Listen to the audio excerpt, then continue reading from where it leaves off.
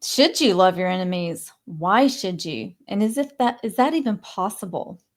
Well, the short answer is no. It's not possible to love someone that you hate and who hates you. And so why are we given that command to love our enemies when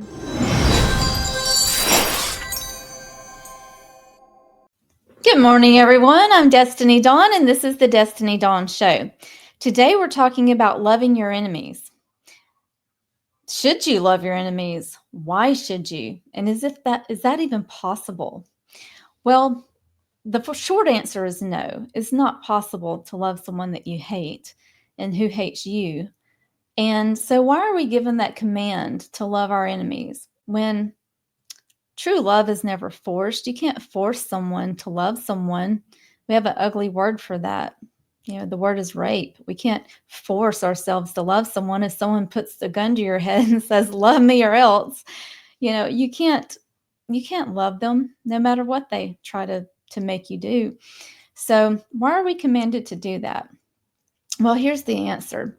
There's no way we can have this warm, fuzzy feeling for a person. We don't have that deep affection for them. That's not what the command is talking about because we know that can't be forced.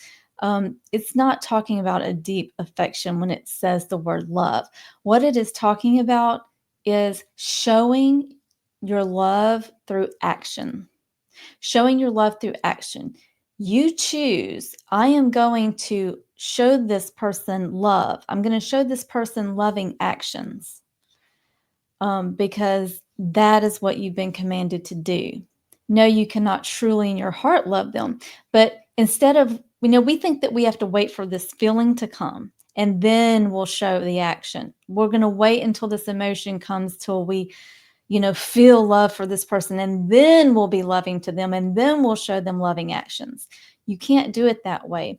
You have to choose to do the loving action first. Choose to do the action, and then the emotions will come, and then the love will come. As you do those actions that are loving, you will start to feel love because you don't put your time and love into something that you don't care about. Eventually, your brain will say, I must care about this person or I wouldn't be doing these things. So you will begin to love them. And when you pray for your enemies, you will begin to love them because you are praying for them and you're investing that time in them.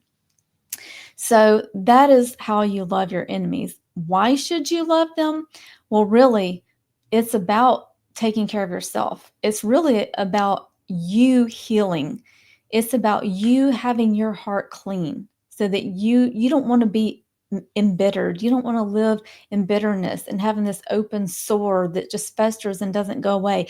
You want to be whole. You want to be healthy. You want to be able to look at yourself in the mirror every morning and know that you are being the person that you want to be. You don't want hate in your heart.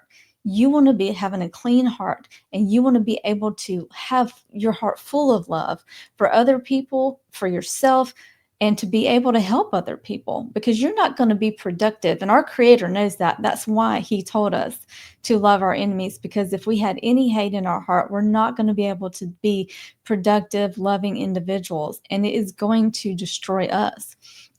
So, really and truly, it's not for them, it's not for your enemies. They don't care. They don't care. They're not thinking about, whether you love them or not. It's for you. It is for you to be able to walk around with your head up high and your shoulders back and know that you are doing the right thing and that you are doing the best thing for you because you can feel good about yourself and you can feel good about what you're doing. And you can lead by example, showing those actions through your love. You're showing them how it's done. You're showing them how to love. You're leading by example. You're being a leader, and they're shadowing your work, being able to see how you can love them in spite of all they've done to you. There's a song out right now, and it's called Love Looking into the Eyes of Hate, or Staring into the Eyes of Hate. Love staring into the eyes of hate. And that is exactly the way I feel like I've been living for the last 6 years. I've been trying to love my enemies, loving people that hate me, that have been cruel. And that is difficult, but it makes me feel a lot better knowing that I am doing the right thing by them. blessing those who curse you, loving those who hate you, praying for those that have that are your enemies. And I never thought I'd have enemies, but yes, this is what it has come to in this world. And another thing that I've learned recently that's really helped me a lot as well is that whenever there's a verse that says, um, perfect, perfect, where there's perfect love, there's no fear. There's no fear in love.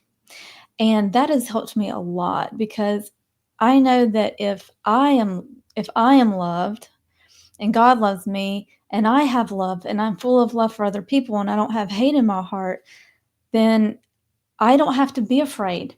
I don't have to be afraid of those other people that hate me because I love them and I have love in my heart and I love myself and I don't hate them. So I don't have to be afraid of them. If I don't hate them, if I don't feel bad and I'm showing bad about them and I'm showing them love, then I have nothing to be afraid of. When you have love and you know that you're doing the right thing, you have nothing to be afraid of. And hopefully, by us showing them how to love and by us loving them, our enemies, hopefully that can change something in them and that they will be more receptive and want to love us back or at least not be afraid of us. Um, so I hope that this helped you today. And we love our enemies, and especially when it's your family and friends that you loved, and then they hate you and they turn their back on you. That's one of the hardest kinds of enemies to have, are those who used to love you and used to be your friends. And so, but once you start showing love to them, and then maybe there is something that you need to say you're sorry for, and you do that, and then it just breeds this cycle. It breeds this love cycle, this cycle of love, and that shows them how to act, and then they can, do the same for you as you lead by example. And one thing too, if you're ever in question of how you should treat another person and you don't know how to deal with a certain situation and you're like, I really don't know what to do in this situation. I don't know how to treat this person. I don't know what I should do. It just seems so convoluted and confusing. Well, always remember the golden rule. Do unto others as you would have them do unto you. It never fails. Anytime that I've ever wondered how I should treat someone, I just ask, if I was in their shoes and they were in my shoes, how would I want them to treat me? How would I want to be treated? And it always works. It never fails. That's why it's golden. And so, love never fails. Love never fails. Choose to love. Choose to love. I hope this video helped you today, and I hope that you'll join me in the next one right up here. Why I started this channel. We'll see you in the next video.